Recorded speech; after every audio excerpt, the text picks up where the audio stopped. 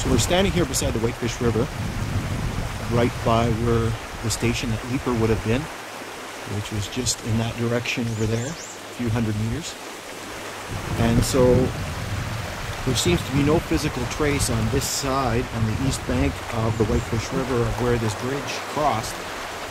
But if we scan across over onto this side, you can see some pink marking tape, and you can see, looks like some wooden remains, and that is what is left of the bridge on the western side, which the remains are far more extensive. And probably what has happened over the years is the river has shifted this way to the east and obliterated any of the remains that would have been on this side of the river.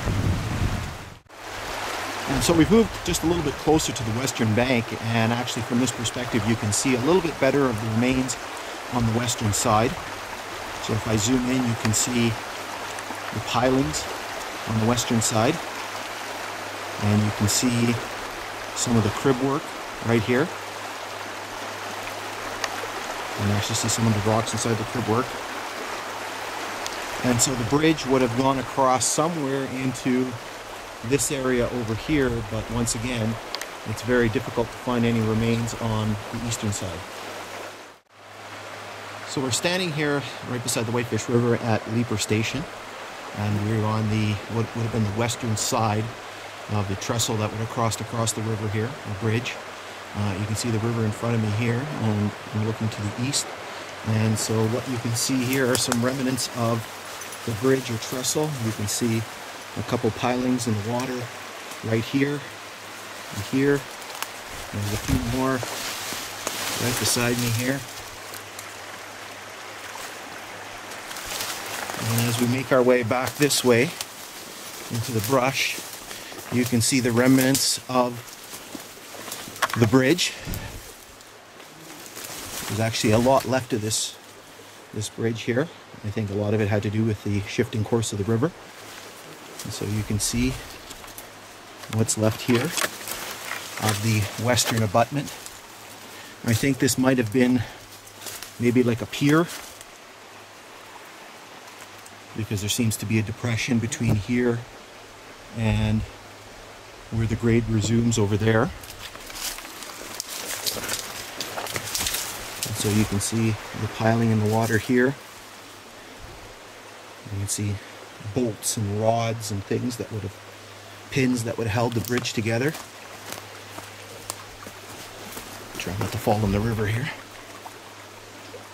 So you can see some of the rock fill inside the crib work here, and some of the metal bars and rods holding everything together. Pretty remarkable conditioning considering its age. I don't know if too many of the bridges on the railway were replaced over the years, so this may have well been the original 1890 structure.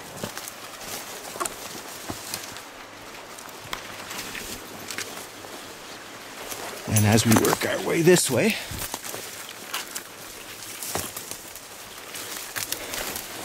you sort of get the sense that this was a bit of a pier. You can see that it's filled with rock. You can see more pins here, more bolts, rods. You can see the amount of rock that was placed inside, tree stumps growing on top of it. And then here you can see where the grade resumes. You can see more wood in this area here.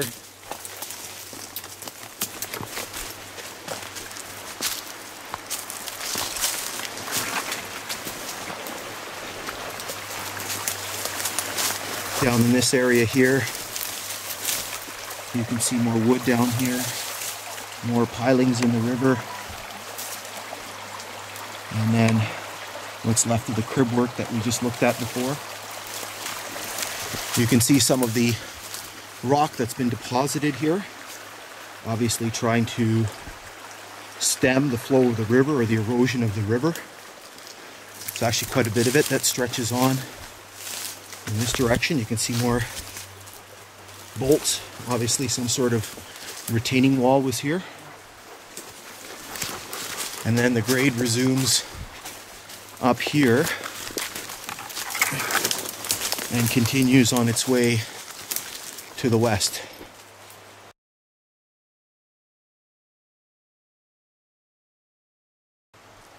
So we're just west of Leeper Station, and right beside the Whitefish River. And what we have here is another example of erosion on the Whitefish River, or by the Whitefish River. And you can see this whole section here of the railroad grade has been removed by the movement of the river. The railway would have continued in that direction over there. You can see that since then the river has changed course, and there's only slight traces of water in this area. If we work our way over here onto the side of this embankment, what you can see here is, I'm not sure how old this bottle is and what it dates to. There's no markings on it whatsoever. Looks like a screw cap on the top, so probably not that old.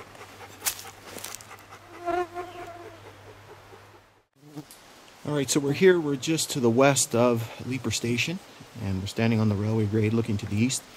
And here we have another example of erosion that has happened to the railway grade because of the Whitefish River. And so you can see this whole section here has been removed. You can actually see some water pooling down there.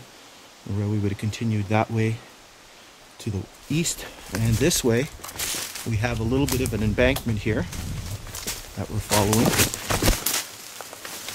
You can see in this spot here, it appears as if there was probably a culvert underneath. You can see there's a bit of a sag in the grade.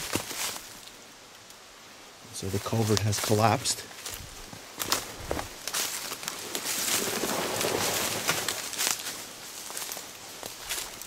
And as we make our way over here, what we have is a very interesting feature. I don't know if this is something natural or if there is actually something here in this area. But we have kind of this very odd looking depression in the ground. You can see that it's kind of circular, maybe a little bit square. Very hard to tell. But I'm unsure if there was some sort of building or something in this area. And the grade itself continues in this direction to the west.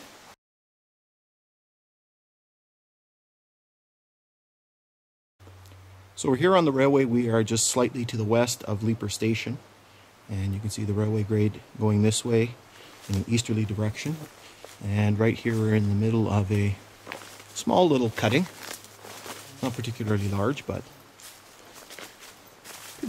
pretty nice, very pretty.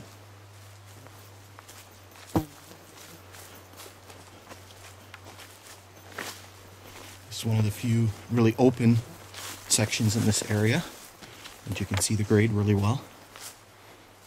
And you can see the cutting very well on the north side of the grade.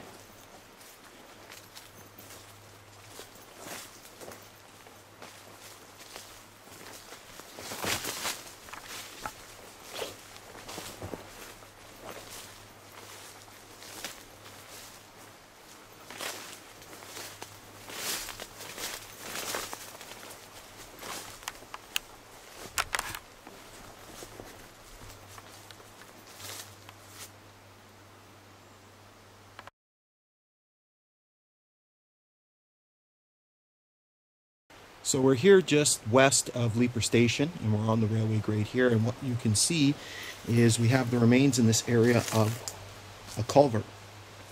And so you can see the grade continuing this way, and you can see at one time there probably was water passing underneath here. You can see a little bit better on the north side of the grade.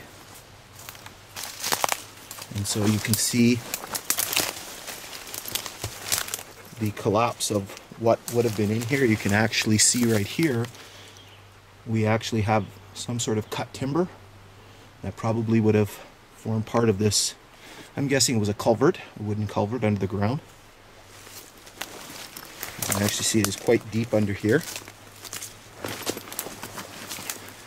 I'm not sure if there's anything on the southern side of the grade. Anything visible? Not really, but you can sort of make out that there was some sort of feature here.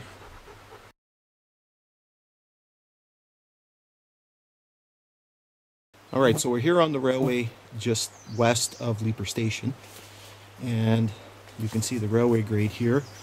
We're on a little bit of an embankment, not very high. But what is interesting about this area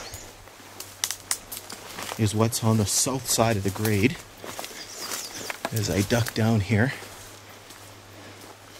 obviously the railway builders were concerned about possibly the grade being washed out by the course of the river, and you can probably see here that the course of the river has shifted, but you can see there's quite a bit of rock that has been placed beside the grade.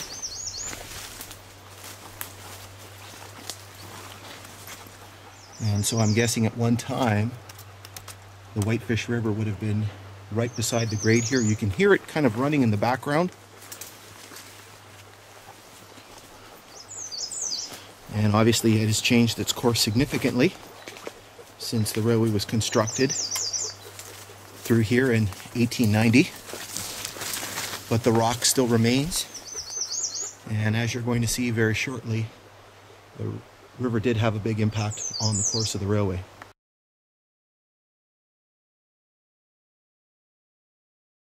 So I'm standing here on the railway grade just west of Leeper Station.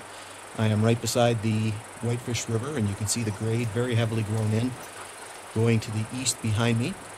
And you can hear the river right beside me here. What we have here is, as very common along the Whitefish River, is we have a section of the railway which has been eroded by the course of and the movement of the river over the last 75 years. And so you can see this whole section here. This would have been the railroad grade right here at my feet. And you can see that it's been completely washed away, removed by the course of the river.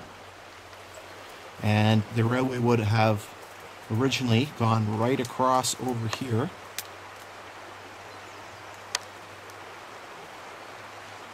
There is a piece of pink marking tape.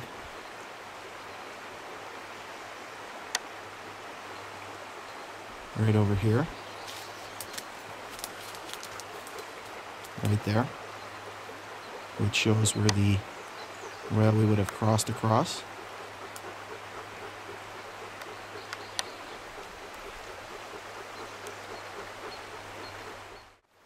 Alright, so we've hopped across to the west side of this eroded section. You can see the river right here. And so the eastern side is somewhere over here. And so the railway would have cut across right here. And you can see a good portion of it has been completely eroded by the river. And then the railway would have continued in this direction to the west.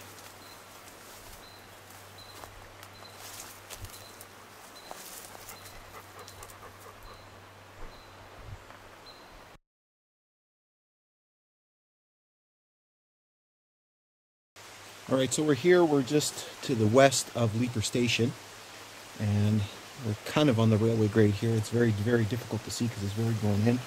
But what we have here is a crossing of a small creek by the railway. We'll cross over somewhere into that side. We'll work our way down carefully.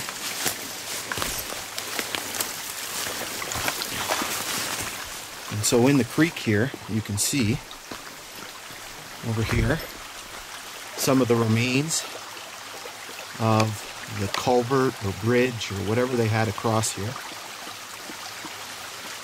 It's been shifted and twisted by the course of this creek over the years. And obviously when we've had high water and floods. And so the railway then crosses across into this area here.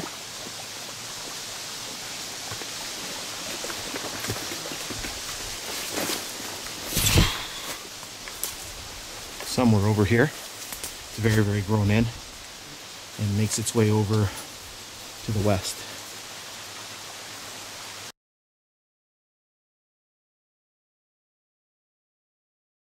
So we're here just west of Leeper again, and the railway grade is located right here And we have the remains of yet another telegraph pole here. You can see the pole stretching back in that direction. You can see the wire. I tried to tug it a little bit and the pole disintegrated. And you can see the two bolts right here. And so obviously the pole landed with the cross beam facing this way. I don't see any possible insulators. Once again, people probably would have picked them up years ago. Got a neat little find here. And then the railway grade continues in this direction here to the west. We're once again very close to the whitefish. You can hear it in the background.